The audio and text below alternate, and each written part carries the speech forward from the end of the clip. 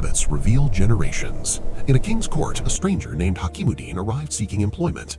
When asked about his skills, Hakimuddin said, "I am a Siyasi," meaning in Arabic, one who resolves issues through understanding, dialogue, and wisdom. The king already had plenty of politicians, so he appointed Hakimuddin as the in-charge of the royal stables. The previous in-charge had recently passed away. A few days later, the king asked Hakimuddin about his most expensive and beloved horse to test how much insight this Siyasi truly had. Hakimuddin replied, "This horse is not of pure breed." The king was astonished. He summoned the groom from the forest and asked what the matter was. The groom explained the truth. The horse is indeed purebred, but its mother died at birth, so it was raised on a cow's milk and grew up with her. Hakimuddin was called back. "How did you know this horse is not pure?" He explained, "When it grazes, it lowers its head like a cow, whereas a true purebred horse lifts its head while taking the grass in its mouth." The king was deeply impressed by his insight. He sent Hakimuddin gifts of grain, ghee, roasted sheep, and the finest bird meat, and he transferred him to the queen's palace to benefit from his advice and sharp observation. A few days later, the king asked Hakimuddin about the queen. Hakimuddin whispered, "Her manners are like the queen's, but she is not a princess." The ground seemed to slip from under his feet. He gathered himself and summoned the mother-in-law, telling her the matter.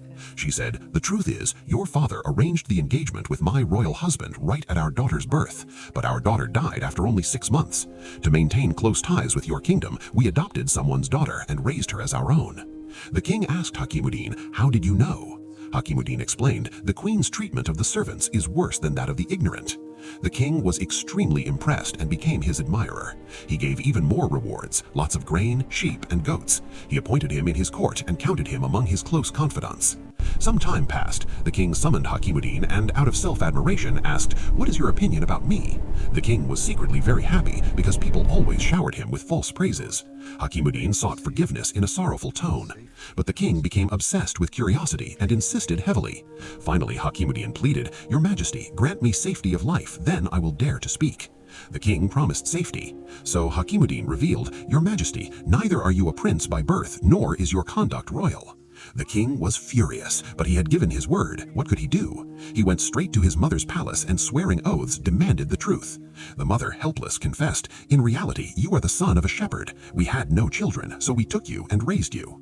Mountains of shock fell upon the king. He summoned Hakimuddin again and asked in astonishment, "Tell me, how did you know I am not a true prince?" Hakimuddin replied, "When kings reward someone, they give diamonds, pearls, and jewels, but you grant sheep, goats, and food items. This style is not of a prince. It can only be of a shepherd's son."